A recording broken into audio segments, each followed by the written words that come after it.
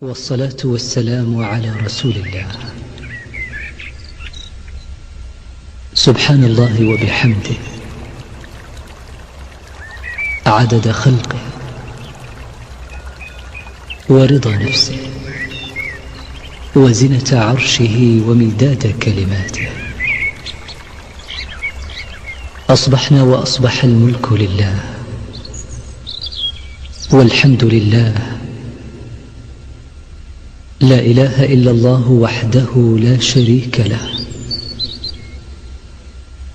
له الملك وله الحمد وهو على كل شيء قدير. رب نسألك خير ما في هذا اليوم وخير ما بعده. اللهم صل وسلم وزد وبارك على سيدنا محمد عليه افضل الصلاه والسلام. حبايبي من كل مكان، شرفتوني ونورتوني في فيديو النهارده. يا ريت بقى كده من كل اخ واخت بيتفرجوا عليا جديد يكملوا معايا الفيديو الاخر ويحطوا لي لايك ويشتركوا في القناه. هنعمل النهارده بقى يا جماعه كباب الحله، اللي هو بيبقى بالبطاطس وصينيه بطاطس وبنحطه في الفرن. في ناس بتسميها كفته وفي ناس بتسميها كباب حله، هو الاتنين واحد بس هي الاسم بتاعها كباب حله. طبعا بقى اول ما بدات جبت كده بصلتين 3 كده كبار وضربتهم كده في الكبه، وكان عندنا بقى شبت وكزبره كنا فرزينهم في الفريزر، لو عندك فريش حطي. ورجعت ضربته تاني مع البصل في الكبه برضو، وجبت لحمه بتاعتي اللي هي اللحمه المفرومه، وطبعا سبتها في جنب عماله اخلص البصل واخلص الشبت والكزبره بتوعي كده فرم. وبعد كده بقى يا جماعه جبت فصين توم برضو وحطيتهم فيهم وفرمتهم. وجيت بقى هنا بعد ما خلاص بقى البصل والشبت والكزبره كده فرمتهم في الكبه، حطيتهم كده في طبق او في اي حاجه موجوده عندك يعني. واللحمه بتاعتي انا كنت طلعتها لان كانت في الفريزر، طلعتها كده تفك براحتها وحطيت كله ويا بعضه.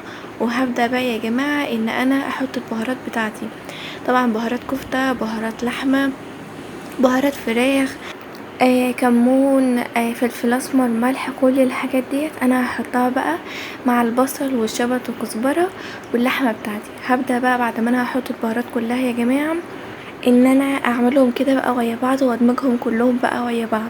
طبعا يا جماعه بعد ما انا دمجت كله ويا بعض، هجيب برضو الكبه، بس بقى مش هحطهم كلهم في الكبه لان انا عايزه كله يدخل في بعضه يعني كويس كده. فطبعا انا هحط حته بحته كده في الكبه تتضرب براحتها خالص.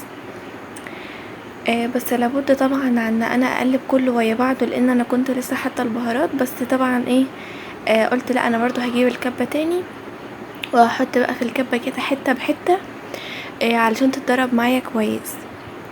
وزي ما انتوا شايفين اهوت بقى هضربها برضو في الكبه اهو بقى كده زي ما انتوا شايفين. لما بتكون حته بحته في الكبه يا جماعه تلاقيها بتتضرب معاكي حلو، انما لما تحط الكميه كلها في الكبه هتلاقي معاكي الجزء اللي هو التحتاني دوت اللي بيتضرب بينعم واللي فوق ما بينعمش، تمام. بينعم. فطبعا بقى يا جماعه اول ما حطيت كده حته صغيره، وبعد كده رجعت حطيت بقى ايه بقيه الطبق كله. هضربه برضو تاني، يعني انا عملتهم على مرتين، هضربه برضو تاني هوت في الكبة واحط بقى كله ويا بعضه. طبعا اللون اتغير بعد ما انا ضربته بايدي كده، غير ان انا عملته بالكبة اللون طبعا اتغير لان الكبة دخلت كله ويا بعضه، انما انا كنت بقلب بس كده على خفيف ان هي البهارات تدخل في بعضها بس. طبعا يا جماعة كنت خلاص بقى خلصت اهوت الكمية كلها وطلعتها بقى من الكبة وخلاص. هسيبها بقى في جنب وهجيب الصواني بتاعتي بقى علشان نعملهم يعني ندورهم وكده ونحطهم في الصواني بتاعتنا. اي صواني موجودة عندك مدورة طويلة اي حاجة موجودة عندك هاتيها بقى ويلا بينا نشتغل. طبعا يا جماعة كده زي ما انتوا شايفين اهوت، ولا من غير زيت ولا من غير سمنة ولا اي حاجة من دي، زي ما انتوا شايفين كده انا ما حطيتش اي حاجة غير وياكم وبس. جيت بقى هنا اهو زي ما انتوا شايفين هبدأ بقى ان انا ايه زي ما بيقولوا كده هنصبع الكفتة، بس احنا هندورها بقى مش هنعملها طويلة، لا احنا هندورها بقى. وهحط بقى كده في الصينية هملاها بقى كلها، وانا هعمل صينيتين لان الكمية معايا فرطت. هو كان نص كيلو لحمة مفرومة بس فرط معايا عمل معايا صينيتين، يعني لو عيلة كبيرة ممكن الصينيتين دول يكفوكوا لان احنا لسه هنحط يا جماعة بطاطس وهنحط بصل، ولسه هنعملها اصلا بالتسبيكة، يعني لسه هنحط لها صلصة. فطبعا كل دوت بيزود، فاهمين؟ فممكن ان الصينية الواحدة بس تكفي الاسرة اللي هي بقى ايه، كام فرد، 3 4، وتشبعهم كمان. انا عايزة اقولكم ان الصينيتين دول قعدوا عندنا يومين. فطبعا بقى يا جماعة زي ما انتوا شايفين، صبعت كده اول صينية، وهجيب بقى صينية تانية طبعا اهو، وهجيب بقى ايه صينية تانية بقى، بس هجيبها بقى مدورة عشان اقول لكم ان احنا ممكن نعمل بالصينية المدورة، ممكن نعمل بالصينية التانية، اي صينية موجودة عندك هنعمل بيها.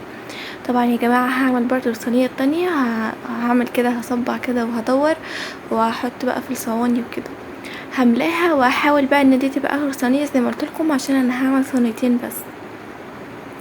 المكونات سهلة خالص، بصلتين وشبت وكزبرة. طبعا علشان احنا ما كناش لاقيين اصلا في الاسواق، فاحنا كان عندنا مخزنينه فطلعناه وضربناهم في الكبة. وكان عندنا لحمة مفرومة، حطينا كله ويا بعضه بقى، البصل والشبت والكزبرة ويا اللحمة المفرومة، وحطينا البهارات بتاعتنا اللي موجودة عندنا برضو، وقلبنا كله ويا بعضه، وحطينا بقى معلقة هريسة يا اما فصين توم كده مضروبين. بس اسهل من السهولة دي بقى يا جماعة اللي بيقولوا عليها كباب حلة. طبعا يا جماعة احنا لسه هنحط لهم زي ما قلت لكم بطاطس، ولسه هنحط لها بصل. هنعمل بقى كده بصلتين كده كبار، طرنشات كده حلقان، وبرده البطاطس نفس النظام كده. كنت خلصت الصينيتين اهوت، ما شاء الله شكلهم حلو قوي قوي. هنا بقى كنت خلاص عملت برضو البطاطس والبصل، عملتهم كده طرنشات، والبصل عملته حلقان. هحط بقى هنا وهنا، هقسم البطاطس بتاعتي على الصينيتين، والبصل برضو على الصينيتين اهو زي ما انتوا شايفين. وطبعا يا جماعة بقى هخلص بقى كده، هوزع البطاطس وهوزع البصل، وهجيب بقى التقلية بتاعتي برضو وهحطها. طبعا احنا هنحط التقلية على طول كده مباشر، من غير بقى بصل ومن غير توم، لان احنا كده كده اصلا مش هنعرف اصلا ان احنا نحط ولا بصل ولا توم بقى، ولا لسه هنسبك ولا الكلام ده. فاحنا طبعا ايه زي ما انتوا شايفين كده، دي الطريقة اللي احنا بنعتمدها على طول، واللي بنعملها من سنين اصلا يعني، وتطلع جميلة وما شاء الله بتبقى حلوة قوي قوي. طبعا بقى هنا اهوت بقسم بقى البصل على الصينيتين، والبطاطس برضو على الصينيتين، وخلاص بقى هنا كنت خلصت. وكان بقى ايه اللحمة بتاعتي انا ما كنتش طبعا مخليها حادقة قوي، فطبعا رجعت حطيت هنا برضو كمون على فلفل اسمر على ملح، علشان طبعا البطاطس والبصل والتقلية بتاعتي اللي انا هحطها فتبقى محتاجة برضو عشان الاكل بتاعي ما يبقاش دلع. وطبعا هنا يا جماعة جبت بقى الصلصة بتاعتي، دي كنا برضو مفرزينها في الفريزر. شفتوا بقى اللي بنبقى مفرزينه في الفريزر بينفع ازاي. قسمته برضو على الصينيتين وبس. خلاص كده بقى ايه، هندخل الفرن يا معلم بقى، وبألف هنا. طبعا الكهرباء كانت قطعت، فاضطريت ان انا اوريها لكم. وده بقى كان فيديو النهارده، اتمنى يكون عجبكم، والسلام عليكم.